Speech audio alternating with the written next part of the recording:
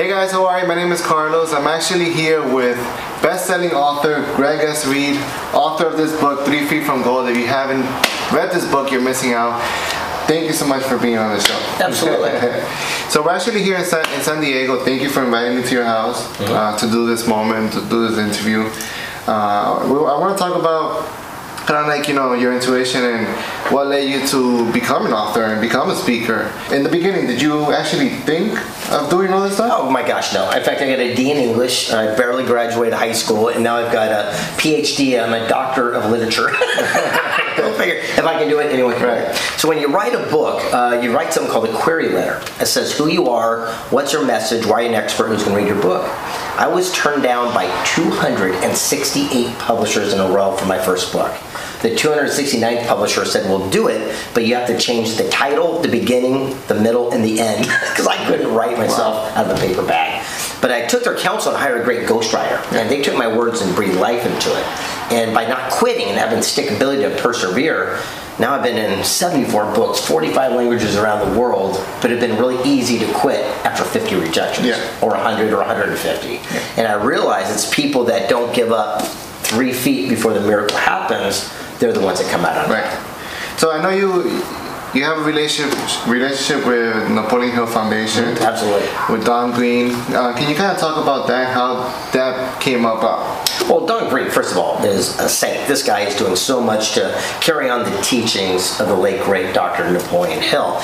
And it came to be because we had a mutual friend named Charlie Tremendous Jones. He had a quote. He says that you are the same today as you'll be in 5 years except for 2 things. The people you meet and the books you read. It's who you hang out with. It's what you put in your head that determines your character as a person. And he started a nonprofit before he passed away, and he asked a board of directors to kind of run it. And one of the people was Don and me, some knucklehead from San Diego. We became friends, and basically Charlie said, give this kid a shot. They did, and here we are today. Wow. In the book, you talk about working with Sharon L. Lechter, okay?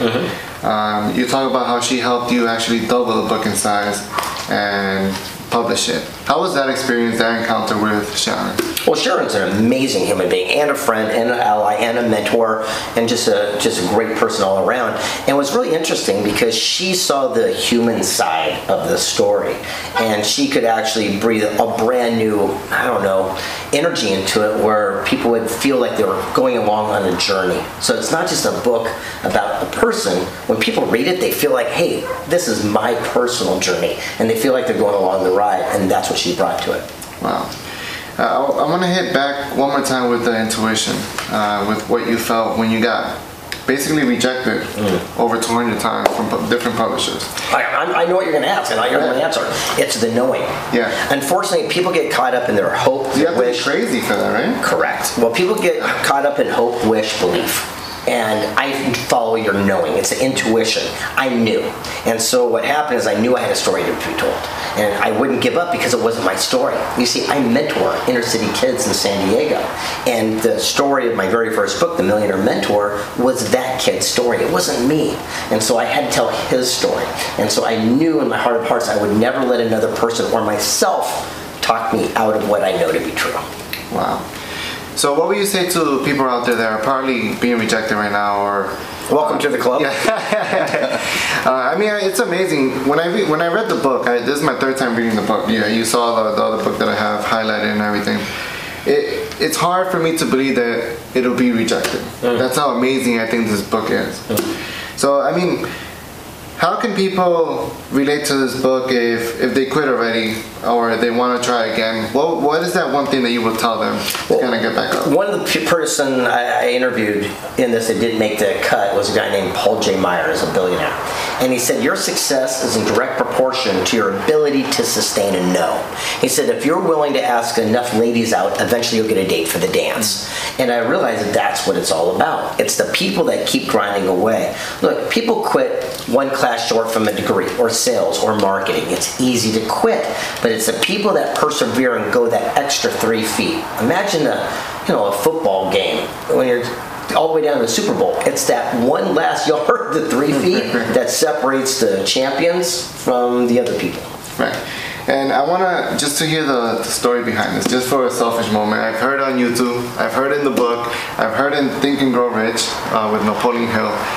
Talk about Are You Darby and digging and gold mine. Talk about that. Okay, well, you just kind of did it all. No, he just took the whole shit. I want to hear it. Okay, so there's a guy named Are You Darby. First of all, it's from the very first chapter of the Bible of Personal Development, Think and Grow Rich, where Are You Darby was a young, aspiring, gold miner, but he knew nothing about gold. He went out west, started digging, and found a couple nuggets. He got excited. He buried it and hid it, went home and told his family and friends. They chipped in money to buy equipment to pull it out by the truckload, and the first ore cart was filled with gold. Ooh, they're rich. But then the gold ran out. They kept digging, but there was no more gold.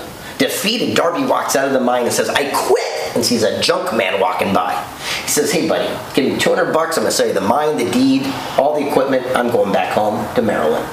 Well, the junk man surveyed the equipment, realized it was worth tens of thousands, said, here's $200. Darby goes home defeated. But the junk man goes to a local engineer and seeks counsel and says, what happened? This cat had gold and ran out. And the engineer starts laughing. He goes, that's mining 101. Everyone knows that gold runs in a straight line. It's called a gold vein. So what Darby did is he came in one side, hit the gold, and popped back into dirt. He said, go back to where they discovered treasure. Go 90 degrees, just 3 feet, and you'll tap back into the vein. And not only did the junk man pull millions upon millions of dollars out, but that's what fills Fort Knox today. So you have great themes, Greg. You have 3 feet from gold. You did that for 5 years. Then you did Stickability, which is another great book. What's next? What's coming up? Well, that's the best part. See, when I did Stickability, I interviewed a gentleman named Frank Shankwitz. He started a nonprofit called Make-A-Wish Foundation. And I asked him at the end of the interview, I go, Frank, what was your wish? He goes, what do you mean? I said, well, you're the founder of Make-A-Wish. What did you ask for? And he said, no one ever asked me. I said, holy smokes. I go, I want to be the guy that grants the wish of the founder of Make-A-Wish. I said, anything you want, a Lamborghini, I don't care what it is, I'm going to give it to you. And he said, all I want is my story to be told so my grandkids know I did something cool. So he signed over his life rights. It's taken 5 years, and in 2 weeks from today, the final touches go on the finished, complete product, millions of dollars, called Wishman. I feel like you're building a legacy here. How important is that word to you? 0. I know it sounds crazy, but I don't really believe in legacy.